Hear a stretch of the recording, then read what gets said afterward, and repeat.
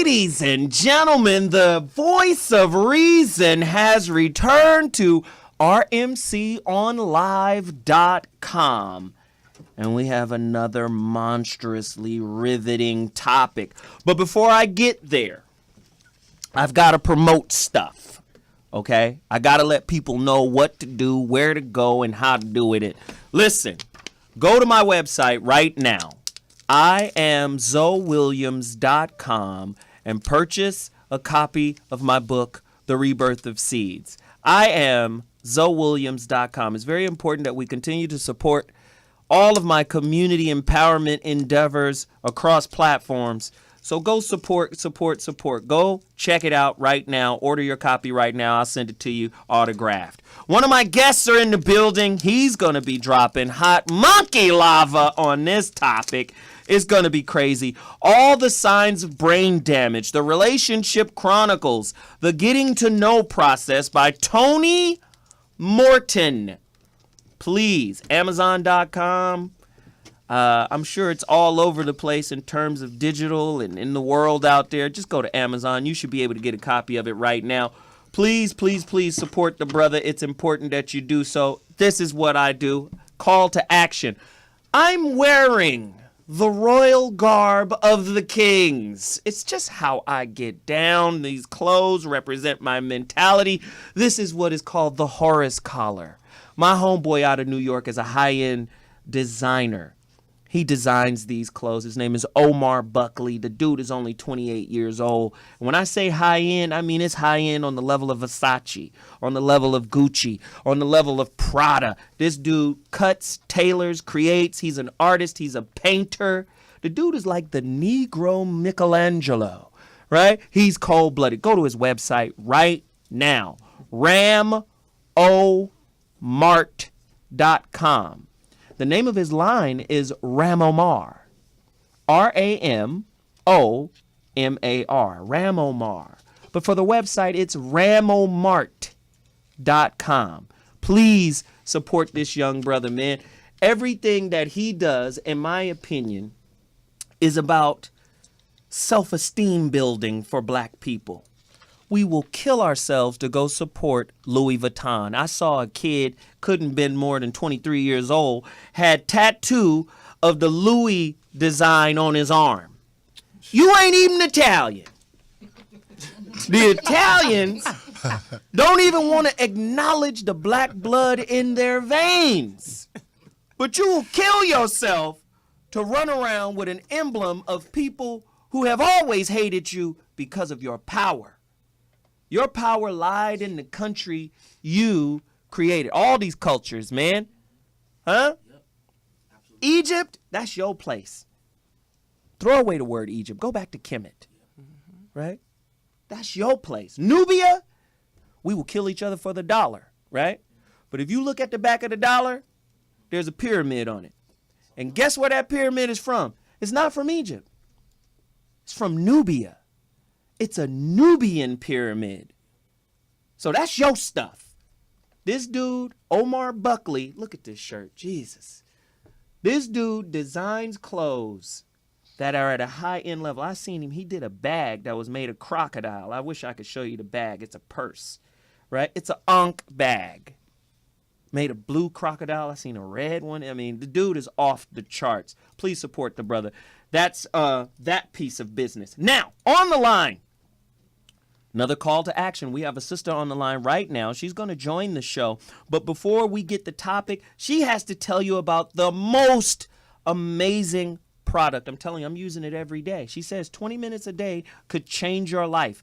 This is the Black Mastery NLP program. I'm very adamant about this call to action because I believe whenever black people are in trouble, we reach for that old safety net called religion and the Bible. And you know, when a dude converts to Islam, he got to grow a beard and wear all types of garb, and we got to become a culture. No, you don't. This program is about helping you rewrite all of the self-hate.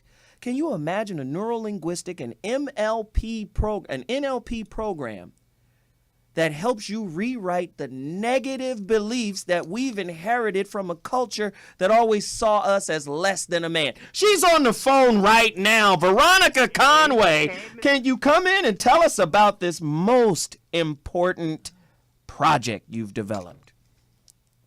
Well, I'm so thrilled to be here, and I'm just honored that you get this, because I think our people need to get this. Just very briefly, I mean, I was born the child of a former Black Panther, and so my father's been incarcerated for the last 40 years. But something really interesting happened, and that is that I saw him live like a free man, and I saw our brothers and sisters walking around with incarcerated minds. And so I began to ask the question, what's the difference that makes a difference? Is freedom a function of your circumstances? And we're in some circumstances here in this country, in the world. Or is freedom a function of your mindset? And so as I founded the world's first African-American coaching initiative. We took Black coaches, we took coaching into the Black community on a national and international scale. And one of the things that is my babies that I created is the Black Mastery Program.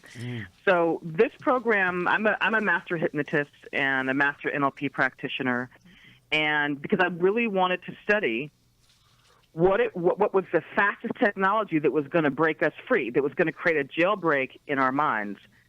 And I knew we weren't going to sit on the couch for 10 years.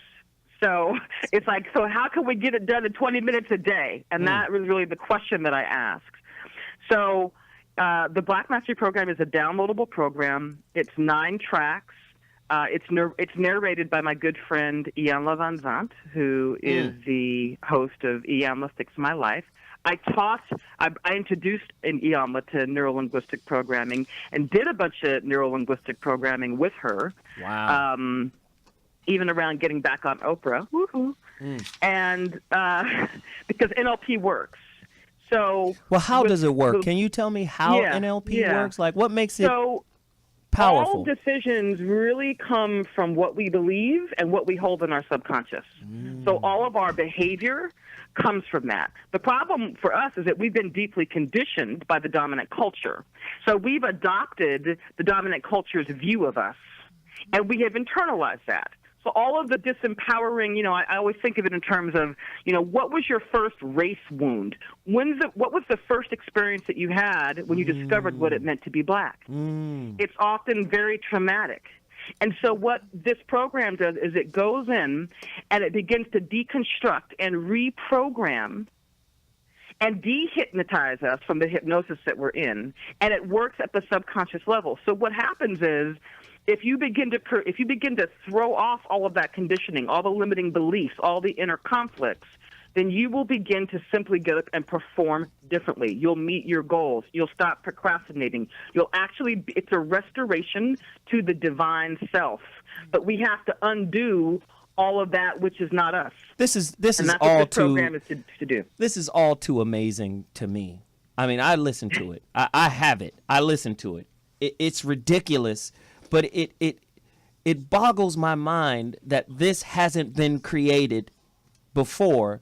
And you created this a few years ago, and no one has done anything to match it since you created it. So it's still ahead of its time, in my opinion. It's the first of its kind. Nobody took neuro-linguistic programming and advanced hypnosis, and we have a thing called tone sound therapy, which is the music that we've laid down on the program. Is just listening to it is healing and restorative to the body and psyche. Just the music is completely cutting edge. Wow. So when you layer all of that in, you just pack in all the change, and so people change. People pack in all the change. I got married. Oh my God, I bought a house. I became debt free. All these things happen to people when they reprogram their minds, and that's what it does. Blackmastery.com. Is that where they can find it? That is where they can find it. Blackmastery.com. And today, for your people, because I love your people, I love what you're about here. Thank you. The first 10 people that sign up for this will get a free coaching session with me, and coaching with me is a proven game changer. Wow. No. Y'all don't understand. She coaches me. Like y'all don't get this. This woman is known in that field as the secret weapon in the field of coaching by other coaches. She coaches me. I'm telling you, she's ridiculous. Ridiculous. Take dick out and replace it with cock. She's off the charts. I'm telling y'all, get to your phone lines.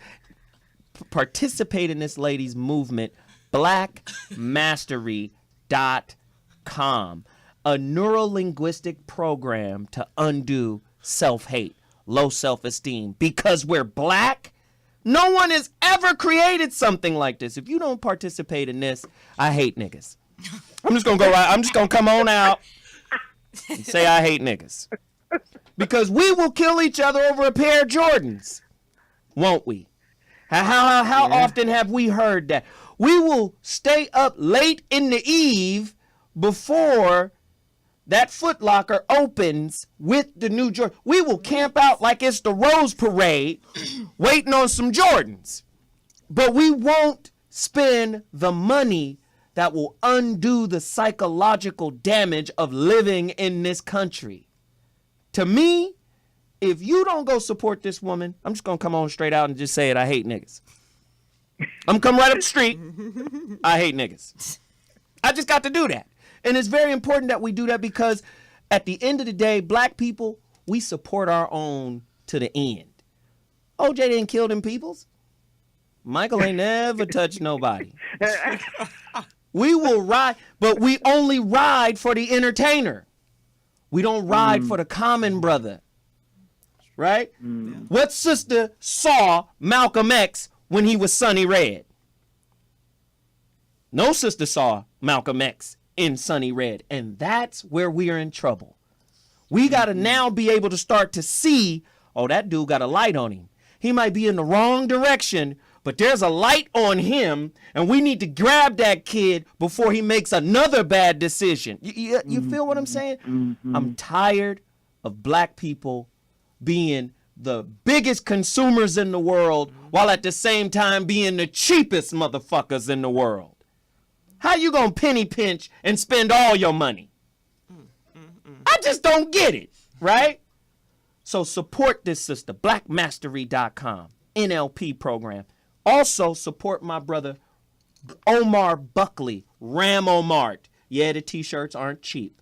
Dye sublimation. It's not silkscreen. We're going to have all of the girls wearing some of his stuff.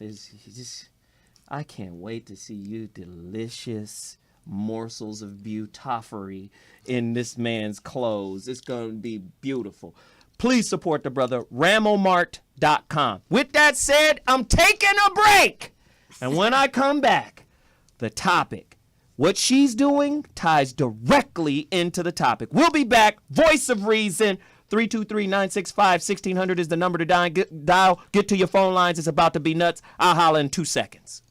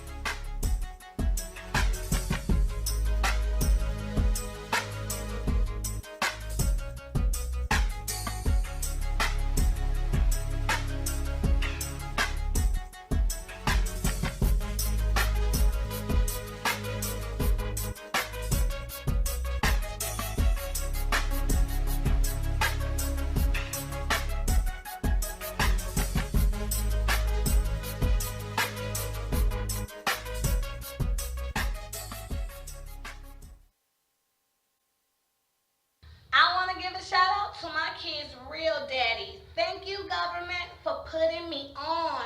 I mean, you was the definition of a real father. Because when your kids is hungry, they have food stamps. Yeah, we shop at Walmart. Yeah, we shop at Publix. We shop at Winn-Dixie. When your kids need shelter, yes, you have housing. And you also have Section 8 for a lot of us. And when our kids fall, get hurt, or sick, they have Medicaid. Yes, we go to the ER, we go to the walk-in clinic, and we also can make a doctor's appointment. I get their prescriptions with no hesitation.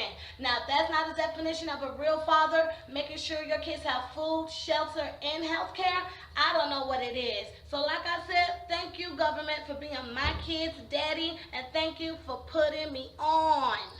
Margo, go get it. Go, y'all go kidnap it. Wow, wow, we're back live, ladies and gentlemen. What is going on? Damn. So, we played this video yesterday on the So What morning show, which you can see every Monday at tradiov.com. Our topic yesterday was pay-per-view. Are you dealing with a parent who will not allow you to see your child unless you're current on your child support? Pay-per-view. You got to buy Child Master tickets, not Ticketmaster, Child Master tickets to your children's mama's house. And how does this tie into today's topic? Diet women versus real women. What are some of the effects of society, right?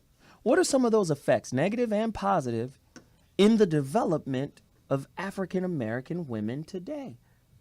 What are some of those effects? How has being, listen, one of my favorite philosophers, J. Krishnamurti, it is no sign of good health to be totally integrated in a sick society. Society uses the woman's nature against her, in my opinion. You guys are dominated, men are dominated by testosterone. Freedom, scoring a touchdown, adventure. Women, you got oxytocin. You've got one in particular, estrogen. Estrogen is a builder. Sisters build, women build. I believe in you, I'm building something. The only problem is sisters, like brothers in America, don't have control over the material. So if they give sisters shit, sisters will build a mansion out of shit. We want to take this back to say you no longer have to live a diet life. We want sisters to be in their power, in their real power, not in a power that was subscribed to them by us, men, patriarchal society. Not only a patriarchal society, but let's go even higher. A white male-dominated society. Let's talk about that angle. That's what today's topic is about. So before I introduce everybody that's going to participate, let's ask some questions. What is the difference? What are the differences between the essential woman and the non-essential woman? What's your definition of an essential woman? And what's your definition of a non-essential woman? That video, non-essential woman. Right? There's no accountability in that video for opening up her big legs and letting somebody skeet off. Right? There's no accountability there. Can we be honest? There's no power in what she said.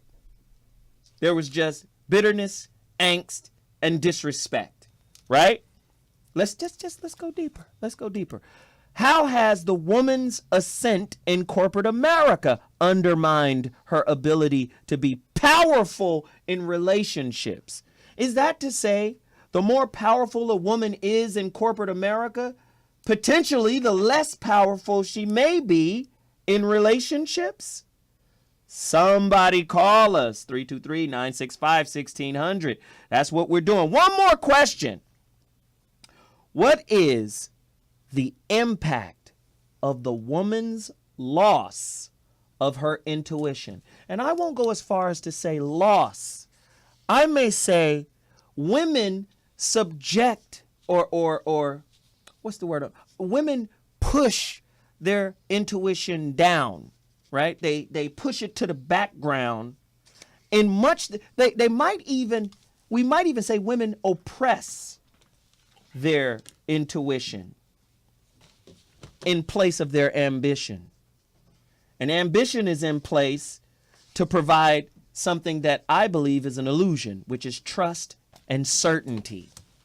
Somebody speak to us, 323-965-1600. We got a room full of people. It's about to be crazy. Ladies and gentlemen, without further ado, let me introduce my crew real quick. To my left, Avataria. We like to call her Margot Hudson in the building. Say hi to the phone. Good morning, everybody. Yes, Margot's Peace in and the love. building. Representing the Youngs, the Young Money crew No, Little Wayne. from Seattle. Hey. Whitney Tabor. What up, what up, what up? And my girl, Lord have mercy, Jesus, and then some. Fine as baby monkey hair. Beautiful. No, I'm just. Baby monkey. Baby monkey. Okay, so baby I'm precious. Beautiful Brandy McGee in the building. Hey, everybody. Sub chat room, I see you up there. Diet women versus real women. Ladies, if you're fans, if you're following us on Twitter at Zoe Williams, tweet us what you think an essential woman is versus a non-essential woman, a real woman versus a fake woman. Tweet us your concepts, your questions, your ideas. Holla at me right now at Z.O. Williams. Get to the phone lines. 323-965-1600. We're about to take a quick break, but when we come back, we gonna get into it. I'm gonna introduce my guests, and we gonna have it. Let's do it. I'll be back at 2.2.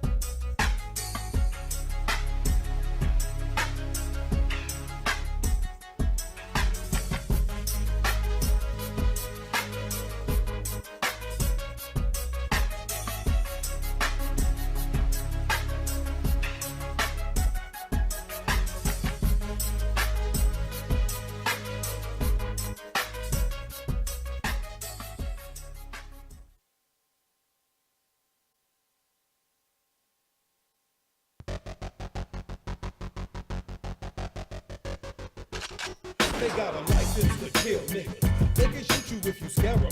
Try not to get near them. They got a license to follow you around and hunt your black ass down if they think you look suspicious. They don't give a fuck about no witnesses. Fuck about no cell phone cameras. It don't make a difference.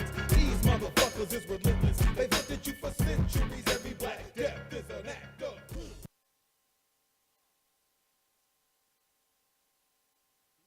Your brain. This is your brain on a new wave of feminism. Bossy. When I was growing up, I was called bossy. I think the word bossy is just a squasher. Being labeled something matters. By middle school, Girls are less interested in leadership than boys. And that's because they worry about being called Bossy. Yeah, that's right. What else could possibly explain the lack of women in leadership roles but the word Bossy. And what better way to correct that than by banning a word? we need to help them lean in. words matter. Let's just ban the word bossy. Yes, apparently this is the latest in a string of feminist explanations to explain why there aren't more women in certain fields. I mean, it's got nothing to do with sexual dimorphism in humans, that outrageously sexist reason why we split up the Olympics by sex. The belief that women are somehow a naturally weaker gender is a deeply ingrained socially constructed myth, which of course is completely false. Or the fact that the physical dimorphism is accompanied by behavioral dimorphism as well. You know, as a consequence of having that neural net we call a brain marinated in mostly one hormone or another. Nah, it's got nothing to do with sexual dimorphism in the behavior of humans. It's all down to the word bossy.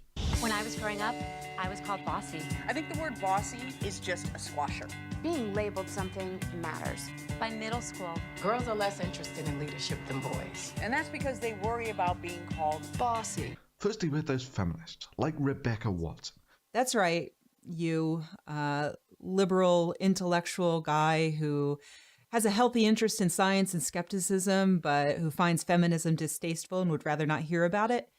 You are worse than rape threats. Who told us that sexism and atheism was so bad that a woman could get asked for coffee in an elevator. And that's why there weren't so many women in atheism. While she simultaneously thinks starting a charity fundraiser by spitefully insulting every single male atheist in the audience. It's just funny. I opened with a joke referencing the fact that, hello YouTube, it's been a while. I've missed you, and I'm guessing that you've missed me too, because I've heard that if a male atheist on YouTube goes too long without calling a woman a cunt, his balls will actually shrivel up and then tuck up inside of him, forming what some call a mangina. Most people got the joke. Most people got the joke. Rule number 1, don't try to be funny, even though you are obviously not funny. Seriously, you start your video by spitting in people's faces and then blame the people whose faces that you've just spat in. Ladies and gentlemen, I like to just slap the beehive. Diet women versus real women. Are we somehow bitter and angry because we're challenging women nowadays? I believe, and I've always said this, I get it all the time. Zoe's bitter, Zoe's this, Zoe's, I get it all the time, yeah. At the end of the day, I believe women are exceedingly powerful. And I believe just like an NBA player, right, who doesn't know shit about money, when he makes it to he's a first round draft pick, and now all of a sudden he goes from tenement living, project living, to being a millionaire, having all this money. He has no idea, and what they say is those kind of draftees who come from impoverished life backgrounds, and all of a sudden they're millionaires, know nothing about money, they wind up tricking off their money. They call it the lottery effect. I think women, especially sisters, are now in that space. They're in the lottery effect space because they're better educated, right? They're making money. They're going up the ladder in corporate America.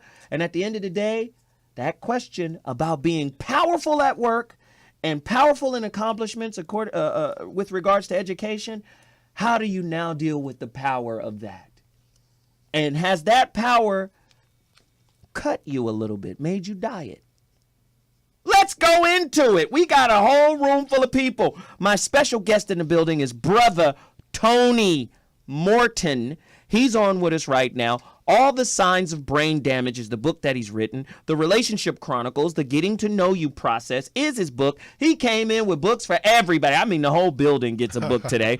Man, is this crazy or not? This is crazy, man. It's definitely a pleasure to be here. I really just thank you for the opportunity to be on the radio with you and these beautiful ladies. Hi, ladies. Hi. Thanks. And it is definitely crazy. What you're saying. Wow. This is going to be a great show, man. And we got phone calls. We got everybody lined up right now. Let me ask the ladies really quickly. Okay. What's your concept? I'm going to start with Brandy because we love her facial expressions. She's just so beautiful. It's almost like, the fuck are y'all talking about? This is all very nonsensical. Usually. See, there we go. So, Brandy, tell us the difference between, say, a diet woman. And if you don't know what I mean by diet, I mean someone who's living an inauthentic life or somebody who's just doing something to get where they need to go, even though it's not necessarily in alignment with who they are. Give me your idea of what an essential woman is versus a non-essential. Well, you know, while I was sitting here, and I'm just going to assume that when you say essential woman, you say you use it in the term of what it actually means, and with essential being absolutely necessary or extremely useful. So in my opinion, an essential woman is a woman who embodies those things that a woman is supposed to do. I mean, she is the bearer of our race. I mean, when I say race, I mean human race. Family. Yeah. Mm-hmm. She's a nurturer. She's the caregiver. She's the first teacher to the children. So I think that when you're living inside of that reality, you are an essential woman. I don't think it's necessarily easy to do that the right way, or if anybody has the exact answer on what the right way is. But I think as long as you're pushing forward in that direction, that's an essential woman. Now, diet women, I don't know. I don't know if I would use that term. It's funny. Of course you wouldn't. I would love to use it. Diet women. Diet women. Yes. There's diet love.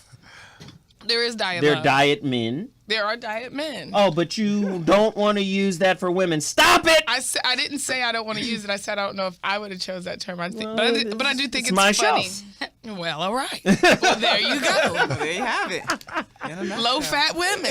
Exactly. 2%. 2% women. 2% bitches. No, I mean, it's a little bit of both. I think that I don't think that it goes as deep as you do when you say that, like, now it's like akin to somebody just getting money for the first time. I think that men also just aren't used to women being able to command a certain place anymore. However, at the same time, there's some women that have taken it too far. You know what I mean? The I don't cook like it's a badge of honor. I'm not saying that you should be barefoot and pregnant, but at the same time, my cousin was married to a woman who refused to cook. Now, mind you, they're divorced, but my cousin was married to a woman who refused to cook. She refused to do anything, but she wanted to partake in everything. She moved into his home, so she wanted to be put on the lease. She wanted everything, and it's like, you're not doing nothing. She didn't even want to work. She didn't want to do nothing. No, everybody has to carry their weight. Needless to say, she had to bounce like bad checks. Otherwise, you are non-essential. Non-essential. Non-essential. You are disposable. Yeah. Lady. Whitney! Young Guns. What up? What's up, young gun? Just chilling. I see a lot of these non-essential women in LA. Like, I feel like I'm not trying to bag on LA chicks. Yeah, you are. I am. Here it comes. But it's hard. It's hard being out here, just being around all these, trying to maintain your essentialness. And then the leadership aspect. I'm bossy. I like being bossy. It's not a bad thing to me. It's not. I like being a leader and whatnot. So, I mean, everybody essentially needs a leader. So I'm trying to be an essential leader, essential woman. I like to cook. I like to eat too. So let's do it all. I'm here. Just Margot?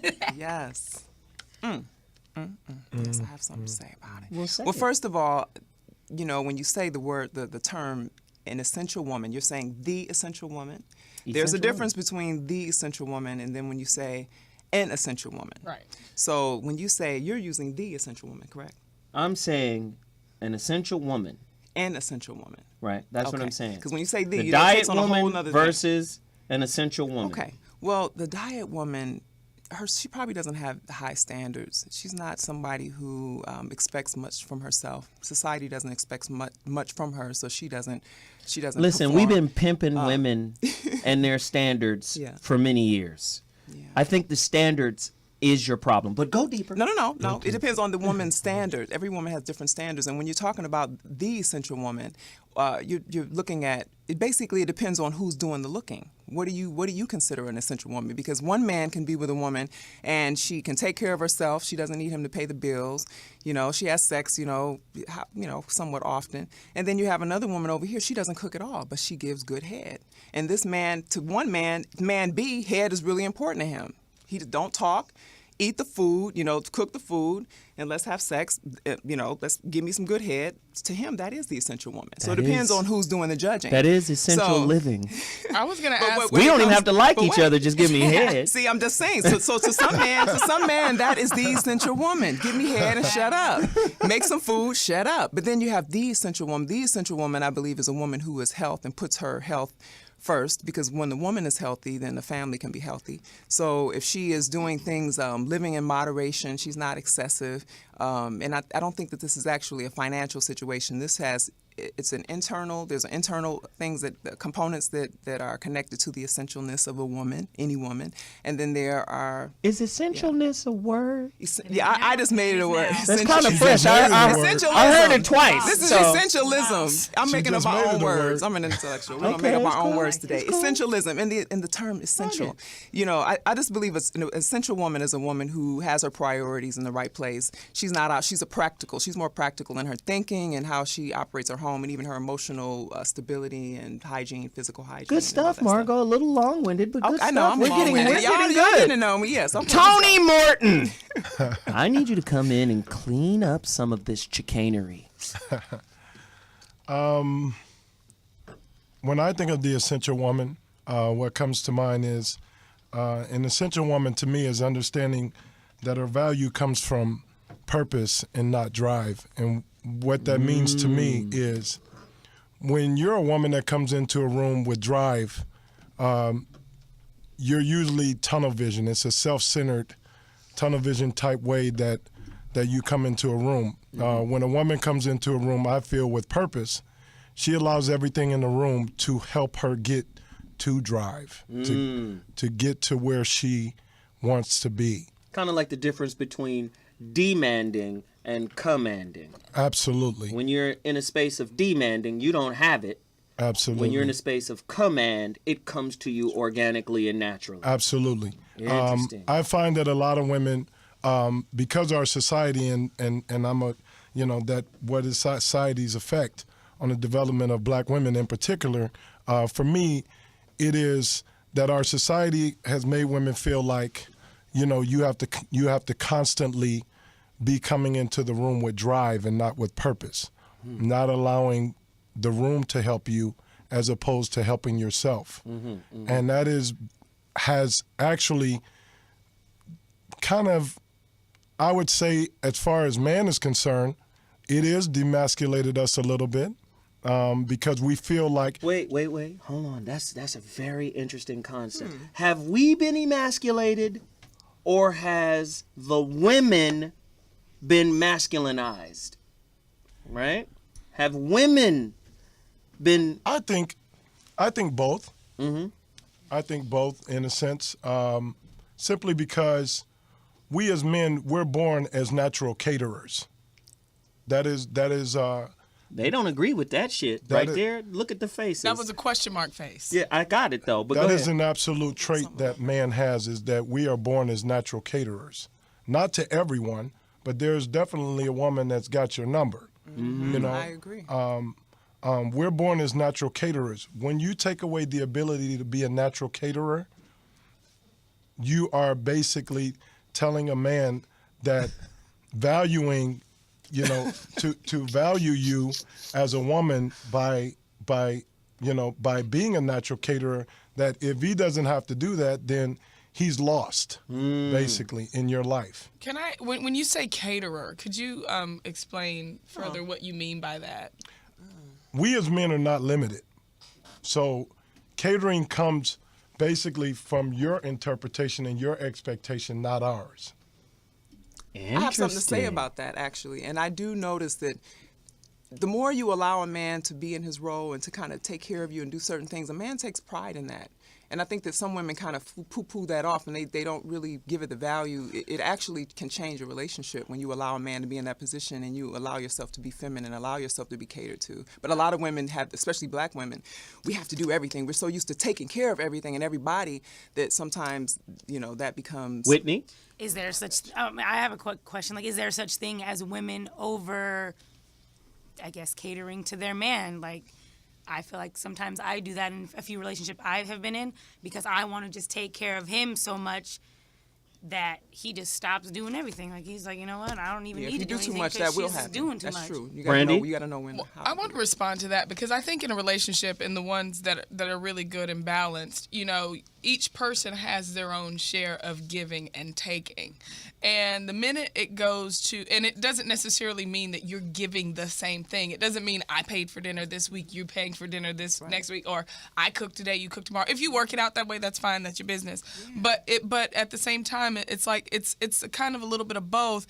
And I think that the issue comes when one person is doing all of the giving and another person is doing all of the taking. Here's the thing. Here's the thing. This is why I think women are diet. In a lot of them, not all, some banal, some, but not all, some banal. Some banal. Okay, right? I like that. This is why I think that happens, is because in a capitalist society, most of our relationship concepts and game rules are created by economists. So we go into a situation bartering, nurturing. Say, women are trying to sell nurturing. Absolutely. I can take right? care of you. So my point is, if you come in selling something to me, I'm only going to value it at the cost I paid for it. Exactly. And if we're in a negotiation, I'm going to try to negotiate you down. And if I negotiate you down and you acquiesce, I no longer respect you at a particular level. I believe essential women are connected to a spirit that inherently change men. If you're not changing your man on a spiritual level, you are something he has purchased. 323-965-1600. With that said, I'm bringing somebody in right now. But wait a minute. Brandy is just... No. Are you constipated? Is that the look? Then speak on it, Brandy. No. I'm going to wait. Speak on I it. was going to rebut, but I think we should move right along. No, hell no. No, I have something to add to what you said. Go ahead. There's a quote in my book. The reason why I wrote a book about the getting to know process is because when you usually speak to women about relationships, they think of the relationship word. They seem to forget that there is a getting to know process that comes with getting to the relationship aspect of your intimacy together. You just said something amazing. Okay, so in that, there's a quote in my book that says that where I talk about my mom wanting to be successful with my father so that she can validate his reasons, so she can validate her, so he can defend and validate her reasons for choosing him. Oftentimes, women do not want to help a man defend and validate his reasons for being in a relationship with her. I'm saying people are dating resources, standards, concepts, and ideas. With that said, Brandy, Tabor, Hudson, when was the first time your man met the essential you and not the diet you? 323-965-1600, goddammit. Phone lines. Let's get somebody on the line right now. Okay. Who we got on the line? I got Ronan. Who? You got Ronan. How you doing? Who is this? Ronan. Ronan. What up, pimp? Oh, man, wow, you guys are hitting me upside the head with some of these questions. Wow. Wow. Now, where do I begin? Non-essential and essential. Can a man even answer that question, Ronan? In his own respective way, I believe. I personally believe a non-essential woman is the social equivalent of a Hot Pocket. A Hot Pocket. Wow. Yes, bravo. I mean, Touche on that one. I mean, it'll get you by, but then you'll still feel malnourished in many areas. So you're like, I need something else. Wow. An essential woman, and most definitely when you guys said, like, if she doesn't change your spirit, because again, someone in your life is a representative, not just your standards and values, but your choices. And when they go out in public, they do represent you good or bad ways. Yeah. So an essential woman is like, not only knows how to take care of business outside of herself, which is her life, but to add value to yours since you're blending lives together. Ronan, I like yes. this. Go deeper. When you say add value, is it always monetarily? Is it No, always never. materialistically? Go deeper It's not- into that value, sir. It is not limited. It's not limited to monetary because so many people get screwed up by that. Value is like, okay, some buy into the illusion that their job is a value, but what happens when you lose that job? That's where the real test is for that individual. So can that person turn a house into a home? Well, you just and broke keep it that that down, way? man. That's great information. You just broke that down. When you said you lose your job and you see if they still there, adversity is the marker, right? One of That's them. the marker. It's one of them. Yeah. It's one of them. Especially when 75% of all marriages end in financial disputes. That's right. Yes. So that's a good point, man. We appreciate the call. Thank you very much. I've got to bring in Veronica Conway. Talk to us, Veronica. I mean, welcome back to the show. Everybody loves Veronica. She's a hit. The internet has been on fire because of her, appearance last week. Veronica, please help us understand the insanity of the modern day woman. And I'm talking specifically African American because, as they say, if America has allergies, the African American community has AIDS. That's how bad we are. I've never heard that one, but if that's, America has the that's a good one. sniffles, That's a good one. That's a good one. We stage 4 cancer. I want to piggyback a little bit on what Brandy said earlier about the definition of essential as being necessary, and I also love Mr. Morton's definition around purpose. But if you look at essential also, it also talks about pertaining to the essence of a thing and its highest nature as natural and spontaneous. So part of the insanity that we're witnessing is that women are walking around in very masculine postures because, as you said, Zoe, capitalism incorrectly identified power as masculine, and we went for the okey doke. Absolutely. So we are exhausted because it is exhausting for us to run around in these masculine postures. So anytime you have to brace to maintain something that is unnatural to you, you become exhausted. And so you show me a woman that's running around in a masculine posture. And by the way, part of the reason that she's in that posture is because her man has been under assault by the dominant culture. But she's been under assault too. Wow. And he's almost lost the will to protect her. So she's exhausted. If you try to stand against a wall and press into it for more than a couple of minutes, I want you to notice how long you can maintain that posture before you become exhausted. And once we become exhausted, because we're not actually in flow, we're not actually coming from our essence, then we start to try to control every damn thing because we're afraid that we don't have control. And isn't control, I always say this, control is the opposite of freedom, right? Control absolutely would be, in my opinion, estrogen, and freedom would be testosterone. And actually, they're the same. You can't have freedom unless you're in control of yourself or others, especially in the construct of the society in which we live, right?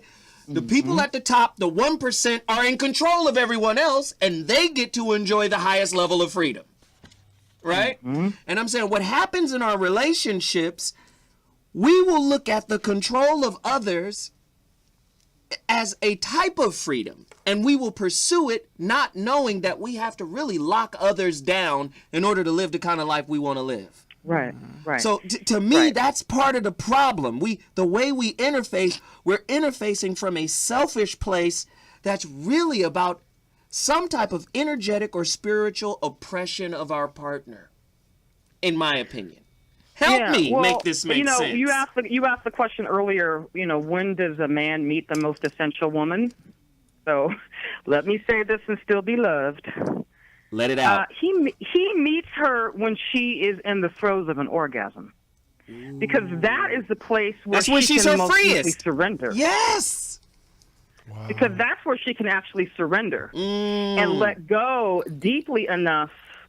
And what I'll say about that is that when she is in that deep level of surrender, see, she can magnetize everything in the universe to her, just the same way that if you put a woman in a room and you activate her with some sperm and you give her some food for 9 months, she can pull and draw to her magnetically. She's the magnetic polarity.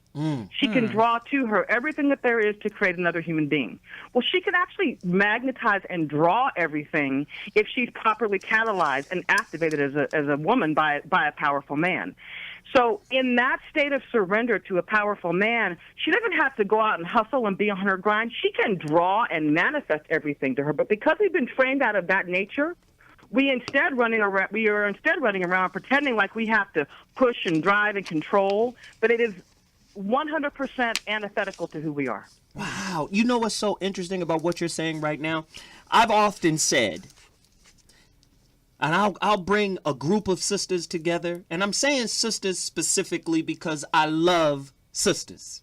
I love them deeply, passionately. I love them, right? In my entire life, I've only had one white girlfriend. No disrespect to the snow bunnies. You guys are beautiful too. But I've only... I love you for that, Zoe. I love you for that. Right, but I've only dated only one white woman in my life, and I was 17. And then one day she gave me a Jerry curl. And I was looking in the mirror and I said, no, this shit is evil. This is evil. This is not right. Right? I had a nervous breakdown. I said, well, damn. Okay, if I'm going to stay here, I got to pimp. I got to be a pimp. To me. And then I saw this look in my mama's face. My mama was like, okay, nigga, you done crossed the line. Shit. Okay. It was cool when you had your regular hair, pimp. And you got a white girl. Okay, we from the South. Okay, it's new times. But you in the bathroom getting a curl, and she putting it in. Okay, nigga, she put it in. That's baffling to me. That's funny. So I love sisters, but the point that I'm trying to make here is I've always told sisters. And Veronica sent me a picture that's going to illustrate the point that I'm trying to make. She sent me a picture of an African slave woman with this harness over her mouth so she couldn't speak because the white slave master was afraid of what came out of her mouth because she could chant life or death. Absolutely. White men were dropping dead because female slaves were chanting some spirit. It could have been Ile Ife, Yoruba. It could have been whatever the religion was. They were chanting death into these fools just by what we spoke. So now we fast forward to the 21st century, and I tell sisters, you claim to believe in the law of attraction, but you're not taking responsibility for the negative narrative that you keep reincarnating towards your brother. I'm just saying, we got to deal with that. 323-965-1600. We got another caller on the line. Caller, you're on. Holler at us right now. Hello? Yes, sir. Yes, Hi. sir, sister girl. How you doing? Am I on? Yes, you are. Oh, it's Jay Mitchell. How you doing, Zoe? Jay, what up? How are you? I'm alive and well, sugar. I just wanted I'm going to make a really quick point. Wait, wait, Jay. Wait, let me do this right. Jay is very special to me. Okay?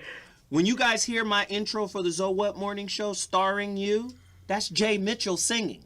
Oh, right? Yeah. That's Jay Mitchell singing. She is an incredible artist, musical artist, being produced by a good friend of mine, Shafiq Hussein, who also produces Erykah Badu and Bilal and many other people. Her album is getting ready to drop. What's the name of the album? It's called The Pharaoh's Parade. The Pharaoh's Parade. Her music is incredible. She sent us music. We play it often. We have some here, don't we? Don't we have her record here? Yes, we will play your record today. Cold thank record. you. Really appreciate you for calling in. Talk to us now. I'm going to keep it as short as I can, but I wanted to make a point about the masculine identities that a lot of black women are taking on in society, and just kind of give some ideas to how maybe we could kind of curve that a little bit. And one thing that I've noticed is that it's a lot easier to embrace feminine nature when it's embraced by society. I feel like there needs to be kind of a cultural shift where the feminine energy is once again appreciated. And for example, a woman learns at a very young age, even like every time you're crying, oh, you're crying like a little girl. Are you acting, you're weak, you're a pussy. Or you're a bitch, or life is a bitch. You know, so I'm thinking like all of these common, adages we have in society kind of subconsciously shape you almost to deny your femininity, and you hear, well, the world is ran by men and it's a man's world.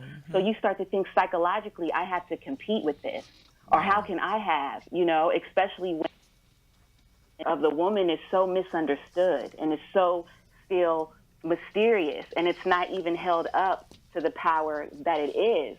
So when society or when black men start to make that shift as to embrace, our version of strength, which may be crying, or which may be emotion, or which may seem, hysterical or hysteria. I feel like a lot more women will start to feel comfortable just falling into that receptive, receiving nature. Beautiful, beautiful so that's stuff. all I wanted to say. I appreciate you, Jasmine. And lay that pipe. And brothers got to lay that pipe. Yeah. Speak on it. Talk Go about deeper. orgasms and a woman being able to magnetize through orgasms. Well, you got to be laying that pipe. Right. That's your role. So, keep your end of the bargain, and don't be selfish in the bedroom, and make sure that your woman is enjoying herself and being taken care of. Good All stuff. right. Thank you, hon. I Y'all have a appreciate great you. day. I appreciate Thank you, you too. Thank you. Thank you. That's interesting. Man, I believe what she says. When Veronica said earlier that you will find the most authentic and true woman in the moment of orgasm, I believe that this is what I mean by diet. I believe that you guys are afraid to be real women around men because of our judgment of you, because of our labeling of you. I believe that. I believe because we're quick.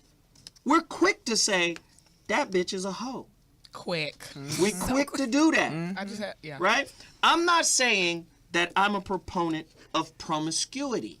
That's not what I'm saying. What I am saying is I am a proponent of authenticity.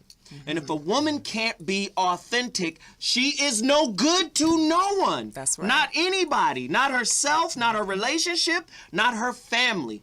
If you're being raised by a get along, to get along, never revealed the truths of her own mistakes type person, you being raised by a witch who's building a false reality around you to believe that is a type of standard that you use to conduct your life by. That's my belief. Tony? The caller that just called in, she made a very interesting point about, women being questioned by society and everything for being emotional and everything else. I would definitely agree with her. Where I would add to it is women ridicule each other more than any other gender. Lay it out there in then. America. Lay it out there then, Tony. It's not, one of the things that most women don't understand, particularly about the getting to know process, is that when it comes to a man, actions speak louder than words to you, but words speak louder than actions to us. Hold that thought. Okay. I want you to write it down, whatever you got for me, because I'm going to come right back to you at the top. We got to take a damn break. Diet women versus real women. It done got monkey hot up in this piece. It's going down. We'll be back at 2.2. This is my girl, Jasmine, melodiously fly. Jay Mitchell, go get her record. Let's do it. This is called Rapture.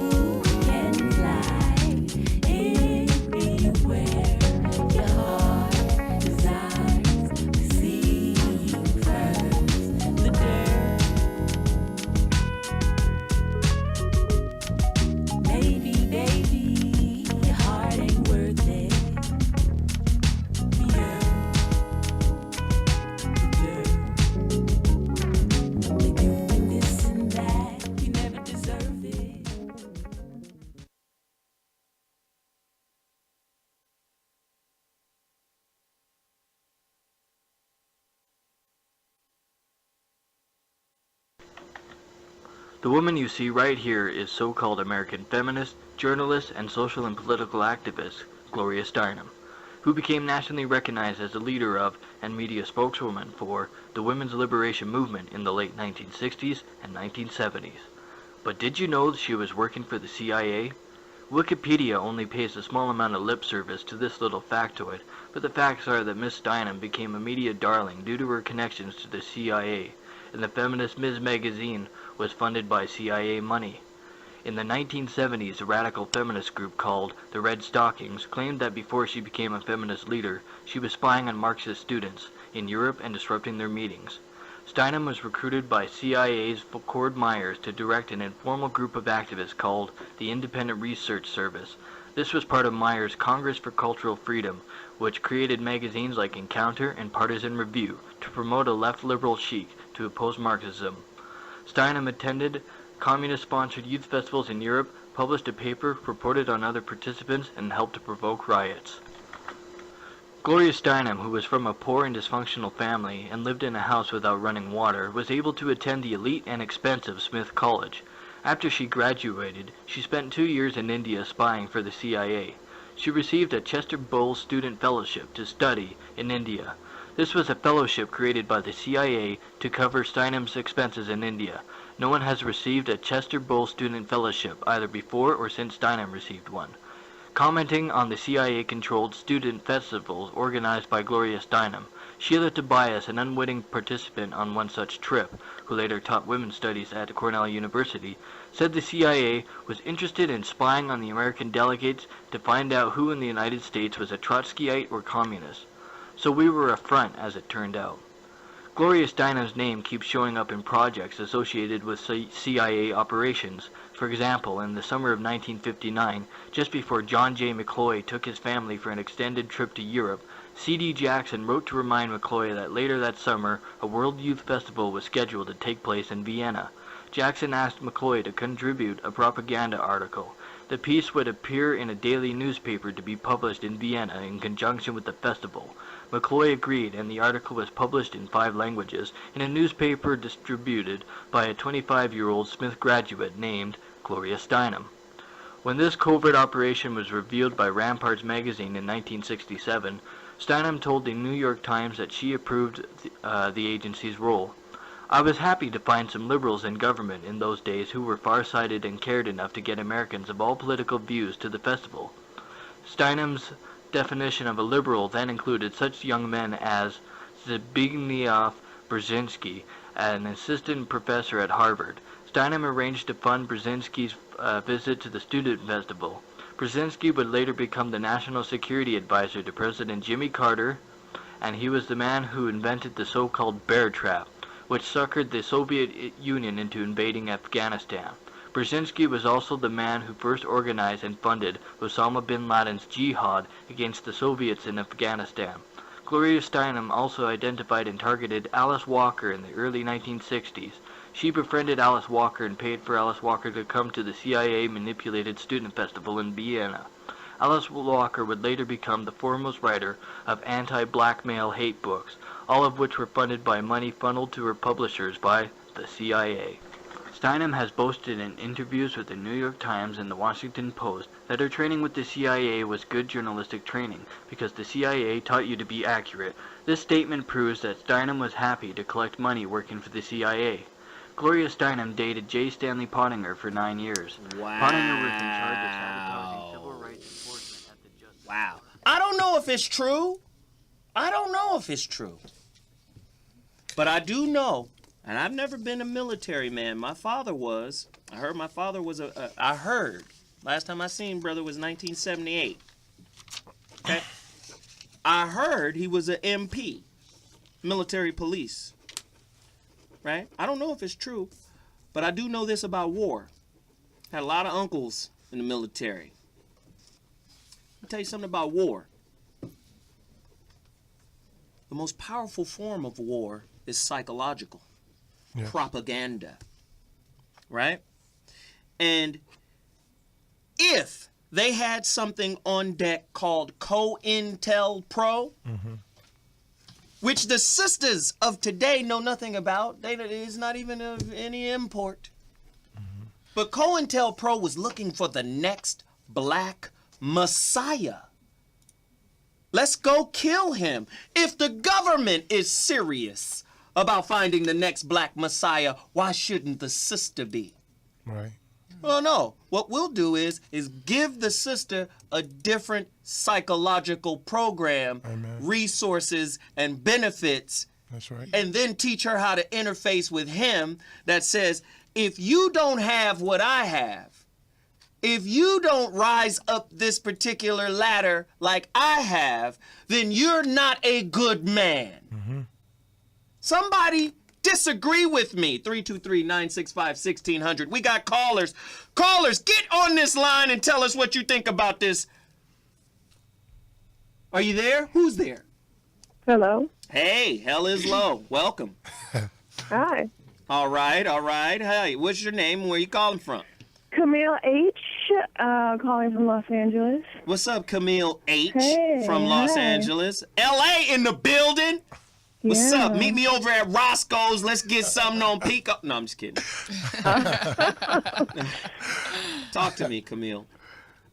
Oh gosh, you guys have covered so much. I'm hearing what you guys are saying, and to some degree I agree, but you know, for the most part, I think that we've been speaking in idealized terms. Wow, you know, go deeper. I like this. Yeah. Like what is the best situation possible, and we have to realize that black women and black men alike were not brought into this country under the ideal situations, and we have not existed in an ideal situation ever since. And so then the question becomes, how do we maneuver, how do we negotiate that with our current conditions, instead of saying we need to deconstruct the masculine and the feminine, and black women are getting more power while black men are being demasculinized. That's not going to change, and we can't change that. So then how do we fix it from here? And a lot of that is balancing out what we have. Camille, do me a favor. Just stay online, because I think our resident author, Tony Morton, disagrees with some of the things you've said. Tony, could you speak to that? Sure. First of all, one of the things that I've realized as a black man is I'm not limited in my approach to be able to change anything, no matter what my circumstance, no matter what atmosphere I am in, or what capacity. That's one. Two, what most women, I think, don't understand about men is, like I was saying earlier, that actions speak louder than words to you, but words speak louder than actions to us. So when I talk about words speaking louder than actions, I'm simply bringing to the table the most important element to a man, which is a woman's tone and temperament.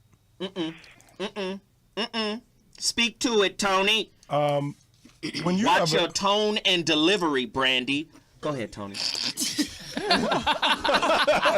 Go ahead, Tony. And what I mean by this is that, you know, when women are talking about getting their needs met by a man, if your desire is greater than a man's willingness to meet your needs, he will always make sure that you're okay. Because your tone and temperament is always a trump card that you will always be able to use on men. The greatest element to man when it pertains to women is your tone and temperament. You know what? This brother is a wise dude. Let me just say. It ain't always about book knowledge. This brother is a wise dude. That's something my great-grandmother, Emma Sue McWhirter, right? McWhirter, you understand? Emma would tell you, a woman has the power to change the tone of any situation. Absolutely. If it's negative, but women today, like I said, somebody should speak to this. Maybe Veronica can. Stay with us, Camille. Women today, and I don't think it's any fault of theirs. I just think they're in an environment that causes them to be more masculine and competitive. As Veronica said, they are thinking, living, and being through a male psychology. It makes them more combative. They've lost the art of changing the tone of a situation. Veronica, can you speak to that? Yeah, and as I've said before, the woman is the subconscious of the planet, meaning she takes everything into her subconscious. She's the receptor. She takes in all the information. She takes in all of the media. She takes in all the programming. She takes the man into her body. We are the receptors of the planet. So everything that's happening on the planet, we take in and internalize. And so we've become so argumentative and competitive. And when men, see, we got to understand the nature of men. Wait, Veronica, Veronica, one second. We've got some angry black women in the building right now, just based off of what you're saying. I'm looking at facial expressions. It's a lot of screw business going on. What I need you to do is keep pounding them in the head, Veronica. Keep smacking them. Go ahead. And I am collaborating with my sisters. I am in solidarity with my sisters in the room. Thank you, Veronica. So, but when we compete with men, see, men by nature, if they see a competitive threat, then they fight fire with fire. That's what we do. So do. if we're competing in argument and arguing with him, then he's going to respond in kind. He's either going to fight or he's going to flight. So either he's going to start to go toe-to-toe with you, which you don't like, or he's going to dismiss you in his mind and discount everything that you say. So so I am always curious about how we went from being goddesses and sorceresses and queens that could chant life and death out of our mouth to trying to manage the whereabouts, the location of some dude. Like, we're so distracted trying to manage whether he's paying us attention or not. So busy trying to manage his whereabouts and what he's thinking about, and we are squandering all of the life force and power that is in our nature that we could be using to build empires and economies and nations. We are squandering it with this minutia that they have taught us is important. And what's crazy is the women of this psychology that are mothers are mannequins giving birth to mannequins. Empty on the inside. And now this emptiness is replaced by an ambition to fill up the void with things. Sometimes the thing is a husband who cares enough to buy and support that psychology.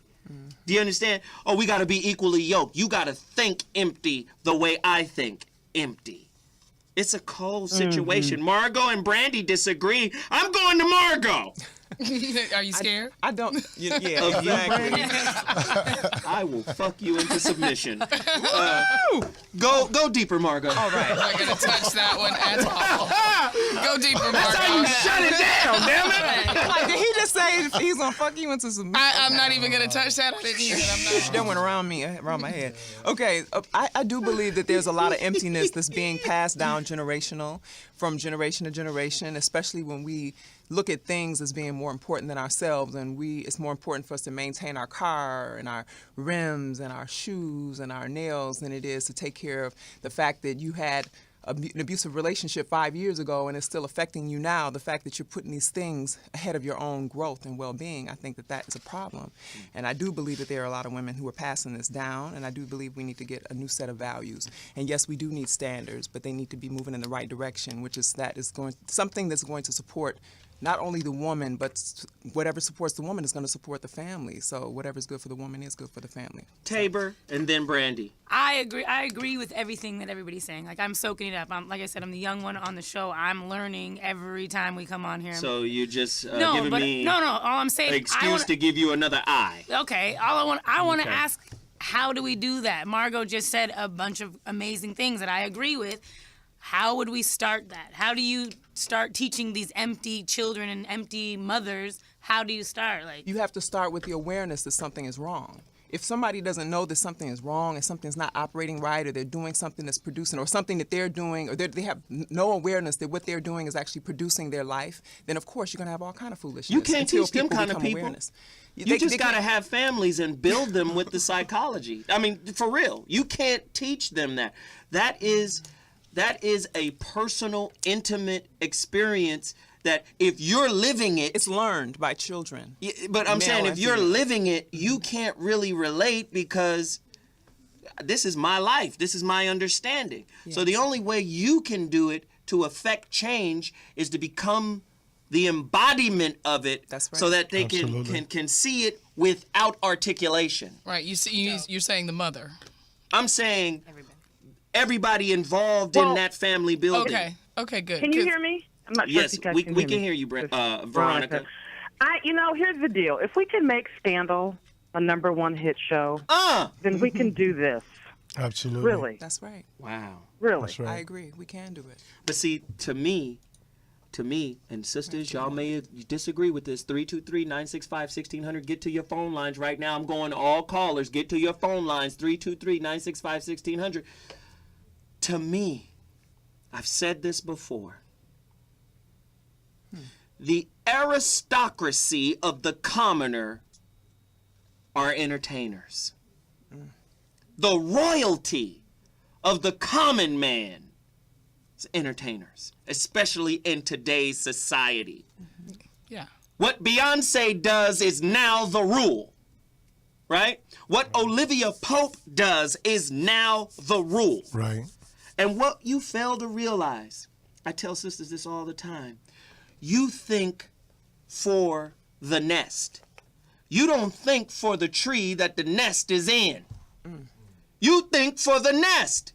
So you got sisters running around. There's a post on Facebook where the sisters are happy to be the best educated and the best or the highest enrolled gender in college.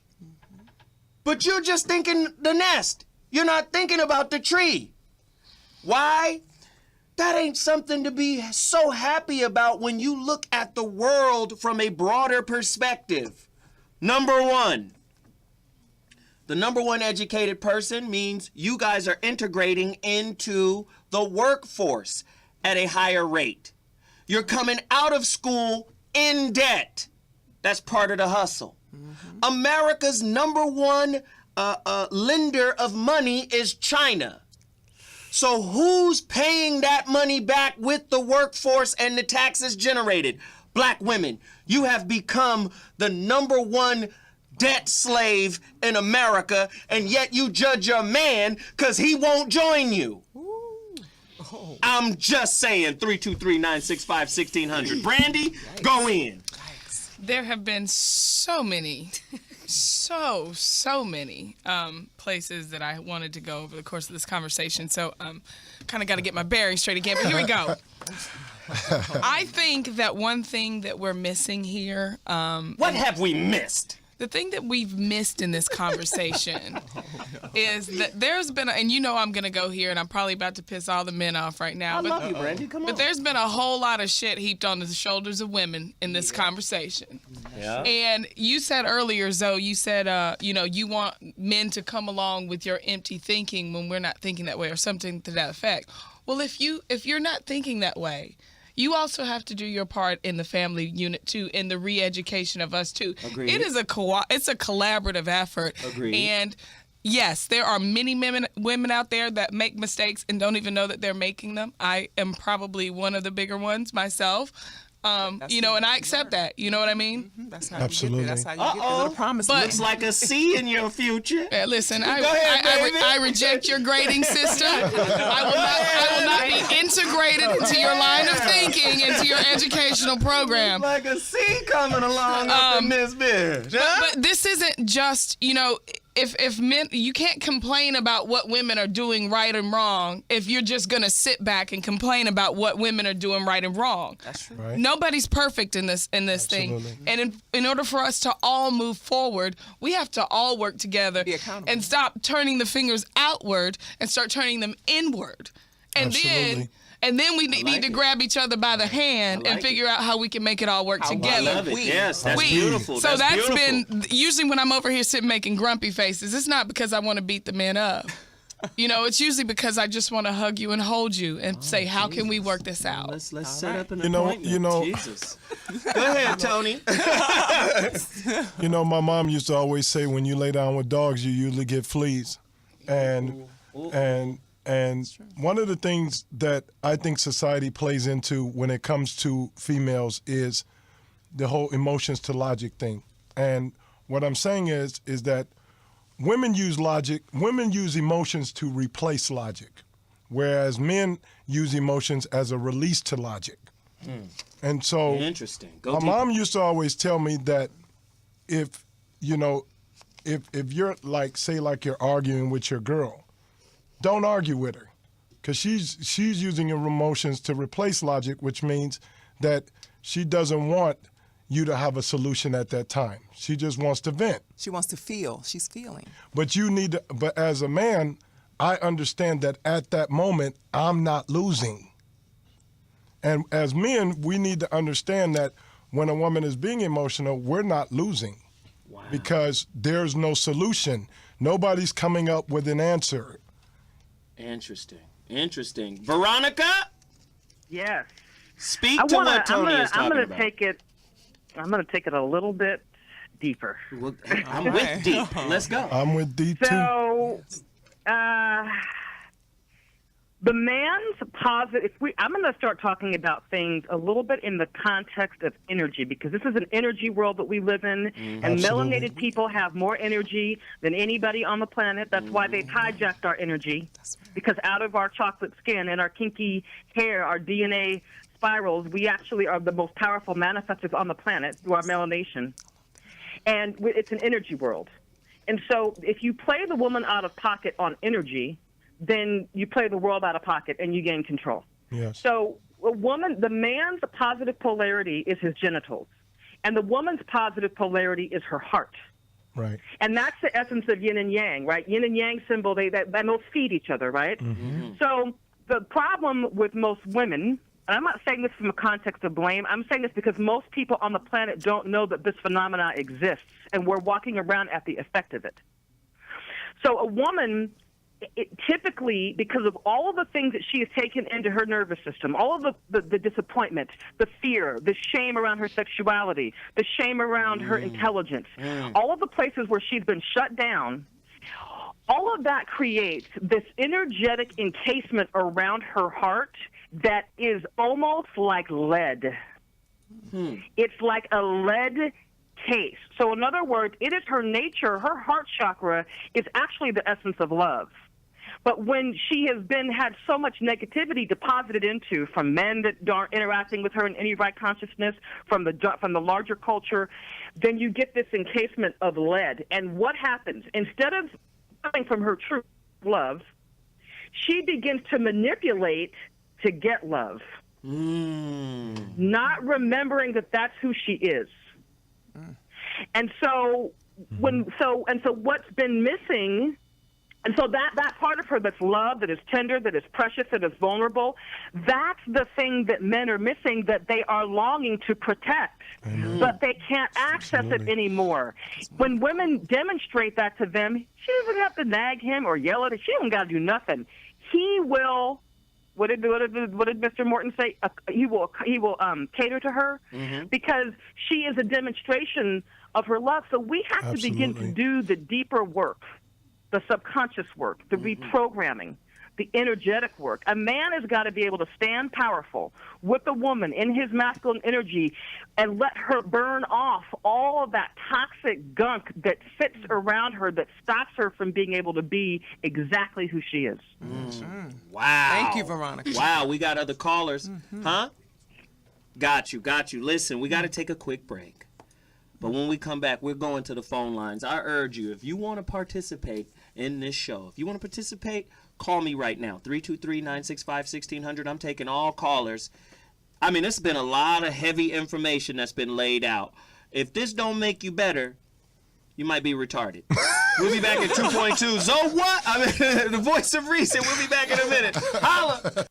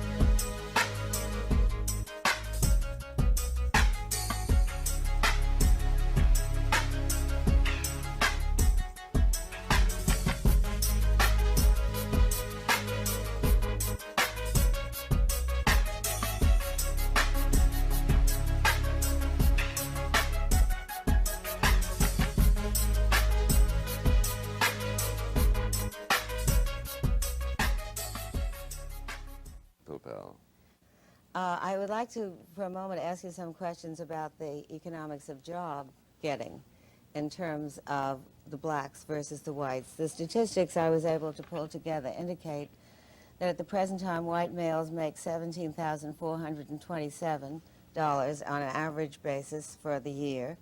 Black males make $12,738. White females make $10,244, and black females make $9,476. It is clear from these figures, as indeed I think it's clear to most of us from what we see, that there is a discrimination against blacks and against women in our present system. Since not all blacks will be superior, how would you try to even that out so that there would be some equality of job opportunities? I'm sorry you missed the earlier part of the program when I pointed out that where you find people not represented evenly, that does not show the institutional effect, because almost nowhere in human affairs do you find people evenly represented. Well, if you compare comparable people with respect to age, with respect to education, etc., you get a totally different picture, both with respect to blacks and women. Now, the figures that I saw, for example, show more recently that if you take black families where the husband and wife are both college educated and compare them to a white family where the husband and wife are both college educated, the black family is now earning $2,000 a year more. The problem is that very few blacks fall in that category. That when you compare category for category, then we're talking about getting people a decent education. I'm saying that you cannot say that numbers collected at the employer's place of business reflect simply the employer's policies. Those numbers reflect underlying conditions in the whole society, just as numbers collected at a hospital do not show you that the people are sick because they're in the hospital.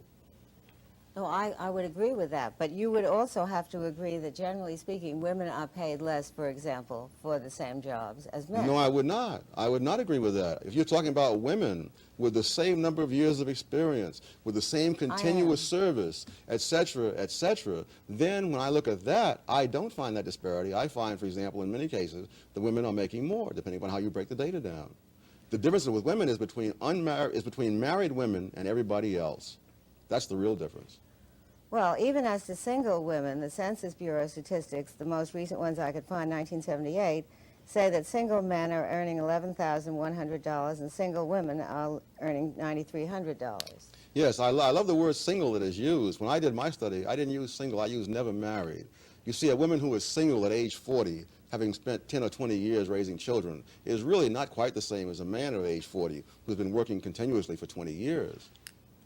And the differential she cited is not that great, so it could easily be accounted for by the Yes, because when I break them down the other way, I did this for the academic world, and there I found the women who are never married, which is the term the way I take it, there they were earning more than the men. And similarly, when the government did data some years ago on women who had been working continuously since high school into their 30s, there you found that they were making slightly more than men of the same description. So the difference is between married women and everybody else. And married men get an extra bonus because their wives take care of many things that enable them to put more time into their careers. I'm sure you're aware of the fact that there are approximately 15% of all homes in which there is only one wage earner. So that when you talk about women being able to take care of things for their married mate wage earner, the fact is that in the overwhelming majority of American homes, the women also work. And therefore, I don't think your explanation that women have other responsibilities and that that's why they are... Work can mean part-time work or full-time work. Women do not work full-time to the same extent that men. Part-time workers make less than full-time workers. Well, if he didn't take off from the free throw line and do a 360-degree blindfold between the legs dunk on George Washington's mama, I don't know what happened. This dude just smacked the Kool-Aid out of her mouth again. Oh, my goodness. Stats can be twisted. And every time she tried to make a case for some agenda, listen, Krishnamurti, my favorite philosopher, says, it is conceptual thinking that keeps men separated. If you look at the planet Earth from a satellite's view, you don't see borders. Right? Right. Listen, to be a Blood and a Crip, you have to have different social game rules. there have to be ideological borders and constructs that make you a Blood versus a Crip, that makes you a Democrat versus a Republican, that makes you a feminist versus a humanist. Do you understand? There has to be ideology. This is why I say women are fucking whores to ideas. And they try to make men fit the template. No, I'm not gonna live up to your idea. Who you fucking, me or the idea of me? And when the idea of me isn't met, am I now worthless to you? Wow. Come on, 323-965-1600. Caller, Anthony, you're in the building. Talk to me. Oh, man, I got a lot going on again today. I called y'all probably about 2 weeks ago. I talked to Margot and all them about feminism. I'm calling again today talking about what I got going on now. Number one, the biggest problem here is that we have a lot of elaborate solutions to simple problems. Like, what's going on is we're trying to have all these different things about energy, a lot of different things, but the primary issue is that women are trying to actually replace the men in the house. When the man is not there, when he's been removed, it's a void that's left. The universe is going to want to balance that in some kind of way. So what happens is the woman, she now becomes the man. When she has kids in the house, the woman is going to raise the daughter to be just like her. So Anthony, wait, Anthony, let me interrupt you for a second. The video was Thomas Sowell. That was the brother who was breaking down the feminist and racial aspects of what's going on.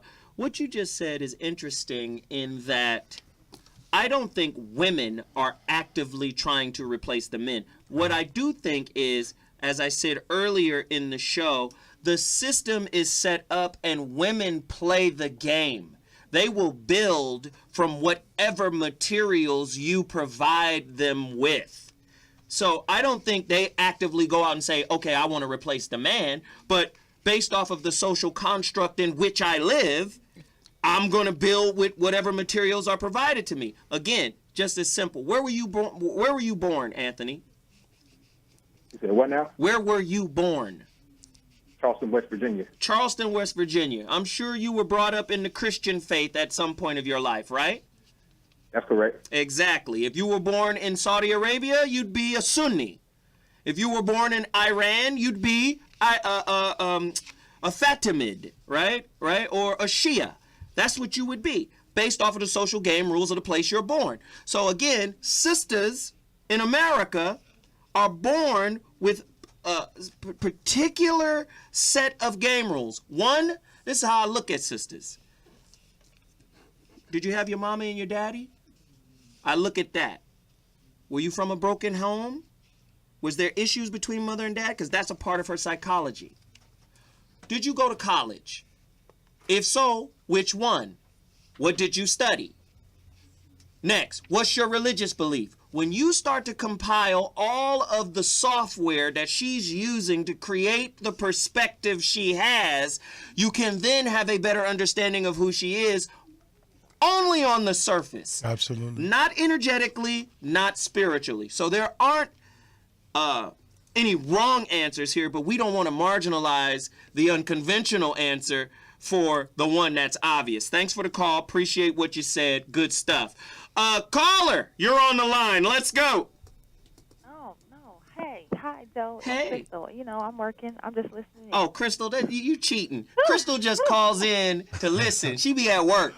She don't want to say nothing. At least I'm supporting. Come on, give me some That's credit. true. Hey, I Crystal, can't even how you front, doing, Crystal. girl? You Good have a good looking. day. Have a good day. You go, girl. Good looking, Crystal. We appreciate Don't you. get fired. Do we have another caller? Huh? Oh, Veronica. Veronica, come back in and add some context and clarity to what's happening here, please.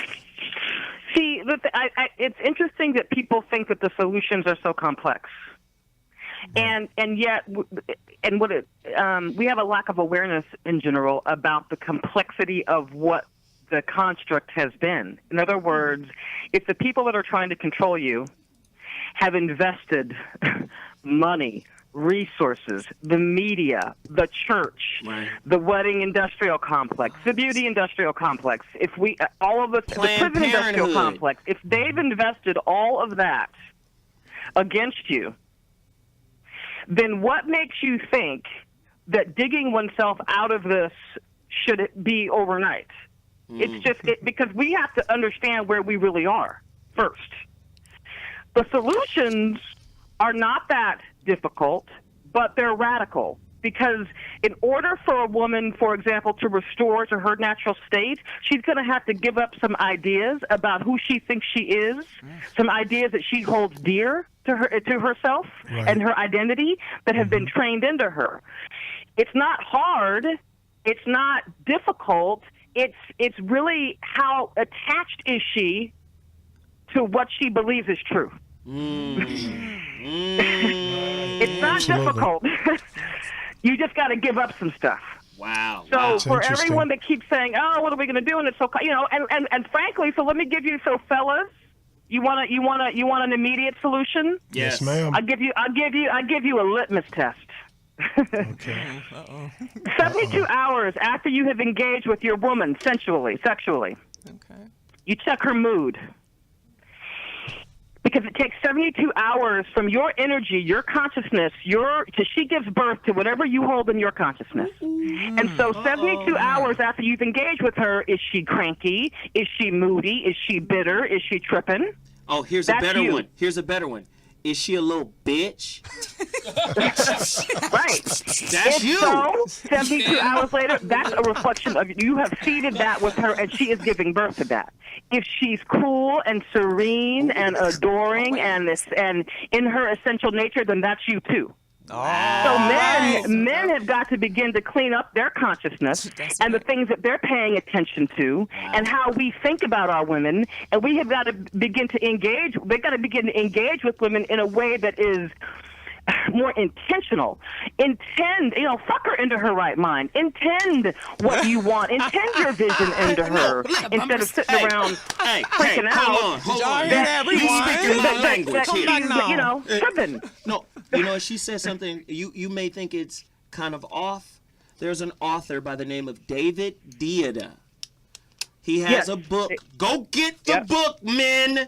He has a book called The Way of the Superior Man. Yes. And what he's doing is the same thing Veronica is doing for men. Right? And that is, men, get back into your right self. She's not going to respect you if you're the male version of your mama. Yes. Hello. Wake up, y'all. Do you understand? Well, basically. So let me finish. He says, you should fuck the world in the same way you fuck your woman. Whatever your job is. That's right. Fuck it. Right? That's right. some man shit. Fuck it to fruition. Right? Do you understand? The Way of the Superior Man by David Deida. So she's not saying something that's crass or immoral or that's kind of crazy. This is a real situation. Most men, especially in the environment of inner city African American impoverished men raised by a single mama, they take on the psychology of a wounded bird. I'm just saying. 323-965-1600. Brandy is beside herself. She wants to cut everybody's fucking head off. Come on in here, Tanya. I will only surround you with love and warm, nurturing mother energy. That is all of it. That is the totality of it, unless you deserve to get cut. Now, I will fuck you into submission. Listen, Zoe, listen. I swear for Jesus and all them white folk in heaven. I am swear now. Taken aback for the second time. I'm sorry. Now, no, there was a couple things I wanted to. For one, on the Veronica, what she was saying earlier. I was saying that, like, this weekend I went to see the Hunger Games. It was really late, and they're put there and they're put in this place and they're pitted against each other. And she said, we're working in a system where there has been concerted efforts, a long-term, ongoing, systematic, in-place, institutionalized way of creating this rift between us. So in order for us to even start fixing that, we can't keep going in on each other the way that we're doing. We have to look at each other and say, okay, if we're going to change this. But going in is our religion. But that's become our religion. But who is your enemy? Right. And as long as we continue to make each other our enemy, we're not going to go anywhere. Okay? They won. You know what I'm saying? So I think the first step in doing that is hey, we're not there to shoot each other down, kill each other off. You know, we've been put here so that we can do it. But if we're gonna win, we got to stop pointing the gun at each other and start looking at the bigger issue. So I just want to piggyback on that for what Veronica said. And also, yes, listen, about the whole dicking down thing.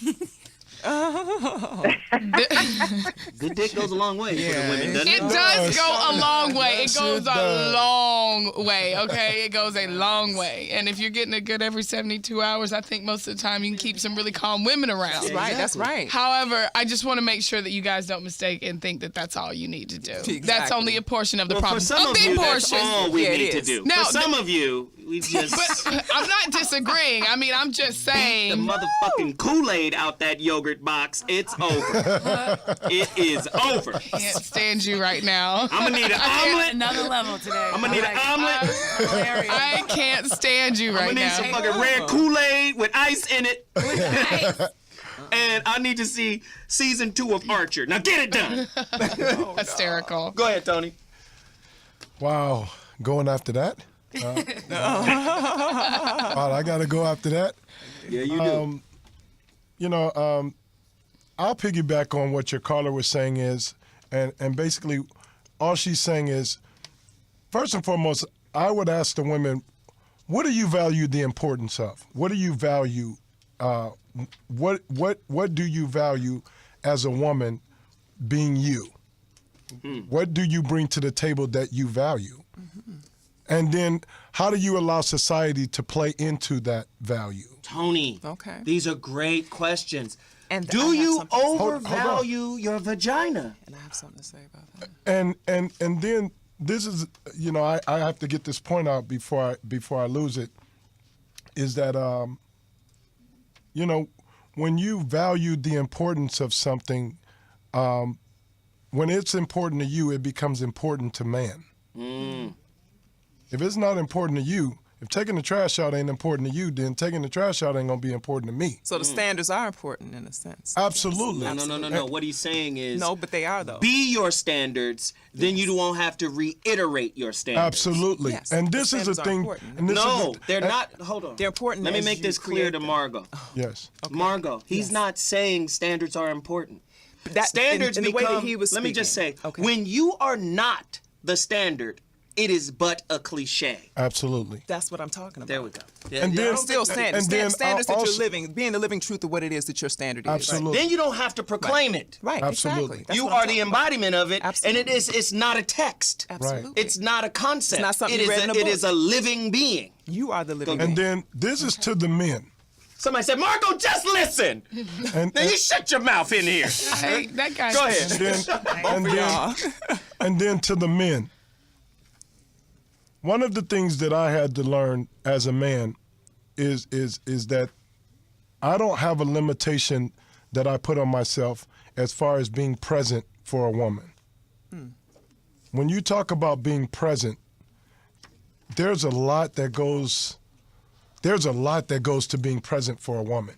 Yes. And not allowing society to tell you that you're limited in that present moment state of mind. Right. The men in my life were very present for the women in my life. And so basically what women are saying is you have to start being present in everything that goes with her and quit letting society tell you that you're limited. All right, so this is what we got to do really quickly. And I'm just going to say this and end mine. Society is preparing you to date beta males. Society is preparing you to date what is comfortable, what is safe. When you're in the presence of not a God-fearing man, but a God-realized man, there is a certain level of fear and uncertainty because he is beyond your comfort zone. Absolutely. That's who you should date and marry. Absolutely. Don't date a cub without a mane. Absolutely. That's the beta male. He's a cub without a mane. He's a perpetual cub. And I'm telling you right now, if you lock into your divine feminine God shit, you'll magnetize him into your being. But as long as you're trying to fit him into a social construct that is labeled as normal, you're going to be dating a male female. I'm just telling you that right now. So with that said, we got to go. But before we go, we got to do grades. And before we go, we got to still get everybody's contact information. So I'm going to start with the brother Tony Morton, the author of All the Signs of Brain Damage, the Relationship Chronicles, the Getting to Know You Process. Tony, website, where can they buy it? Buy his shit now. www.allthesignsofbraindamage.com. You could also buy it on Amazon.com. Right. As well. How much does this book cost? Book is $19.99. Please support this brother, man. Please, please, please. He's got good stuff in here. I read it. It's an interesting book. Men get away with what women allow them to is one of his principles, which also speaks to, again, the power of women in relationships. Okay, but I'll just leave you with this. A man will never do more to keep you than he did to get you. Bam. Somebody speak on that. All the Signs of Brain Damage. Tony Morton. Good to have you, brother. We'll have you back at some point. Brandy McGee, where can they find As always, you can find me on Facebook and Twitter at Brandy McGee or / Brandy McGee, BrandyMagee. If you would like to dialogue personally, probably Facebook would be the best way to do that, or maybe Twitter. Or you can check me out on Instagram at Princess Wildflower. And also, here we are. I'm sorry, I was going to pull up something that we're doing right now. Zoe, I don't want to grade this week. That's okay. Oh, you're getting a grade. No, you bleed that shit. No, it's okay. Don't worry about it. You can do nothing about it now. You're getting a grade. No, you can have it. I don't want it. You understand? That's You're getting a grade, boo. It's okay. Don't worry. Whitney Tabor, the young gun. We gonna learn you. You gonna learn today. I've been learning. Thank you. I appreciate it, Tony. I can't wait to get into this book. I was diving in Much earlier. obliged. You can find me Instagram at Miss Tabor, MSTABER. Same thing on Twitter. Facebook is where you can chit chat with me. I talk to some of the people in the chat room. We already been chit chatting on Facebook, so hit me up with all your questions and all that good stuff. And the avatar. Yes. Margot Hudson. Margot Hudson of Destination Love Life. All right, everybody, you can check me out. You can send some pictures, send some love. You can go to my YouTube, which is Destination Love Life. Look me up. There's a couple videos on there. We'll be adding some things later. You got Twitter at Destin Love Life, which was Instagram and Pinterest. Okay. Instagram and Pinterest as well, Destination Love Life. And I am the love and relationship editor at beautycomeforth.com, FORTH. Check me out. I have 2 articles up, The Relationship Detox and Dog Proof Your Love Life, men and women. My articles are for both. I'm an advocate of love and relationships and health and all that good stuff. She's a liar. Anyway, and on the phone, Veronica Conway. I swear to God, man, blackmastery.com. If you don't go get that NLP program, you're a failure at life. You might as well dig a grave and get in it, lock that motherfucker with some ramen noodles, and never return to planet Earth. Tell us where they can get it. Tell us why it's important to have. Yeah, so they can get it at blackmastery.com. That's www.blackmastery.com. If you get it, and the first 10 folks will get a private breakthrough session with me. Zoe, you did one of those. It's ridiculous. We just went in and just broke it up. We just went in and I just uninstalled beliefs and installed new beliefs, and then you just keep going. So and you know what was weird about it? You know what was weird about the session? The session with Veronica, which was powerful. Some old hypnotic. It was ill, right? Very powerful. But it came because I had to coach her in an issue. Yeah. That's right. And that session was powerful. She broke down, and I was like, damn, I'm just asking questions. But she, you know, she went through her machinations. But in walking her through her situation, it turned up some shit in me. And I came back to her and was like, damn, you know, the session with you, me helping you, wound up turning up something in me. And she was like, okay, let me walk you through this situation. And we have two different styles in the way we do what we do. But man, when I tell you she's powerful, man, it is no joke. I urge you. Blackmastery.com. You got to do it. You got to do it. And also, they can find me at veronicaconway.com and at theblackpaper.com. Theblackpaper.com is my free manifesto about all things black. Wow, wow, wow, wow, wow. Good stuff. We got to take a quick break. When I come back, grades. No grades. Yeah, voice of reason. I don't want a grade.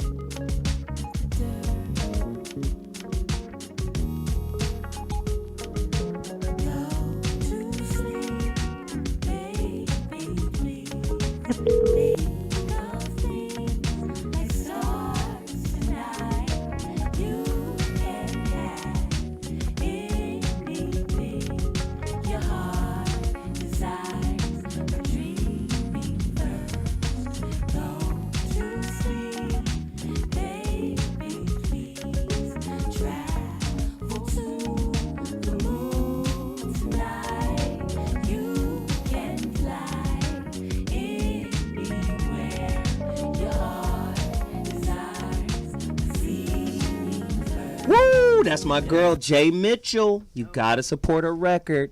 Wow. Listen, man, it's very important, man, that you guys support everything that we do. You see my shirt? RamOmar.com. RamOmart.com. Please, please support this brother. High-end fashion. I mean, suits, purses, man, jeans, shoes. Everything is crazy. It's off button-downs, blazers. Please support Omar Buckley, RamOmart.com. Very important that you do that. And now, grades. Here we go. Chat room, give me some grades for these ladies right now.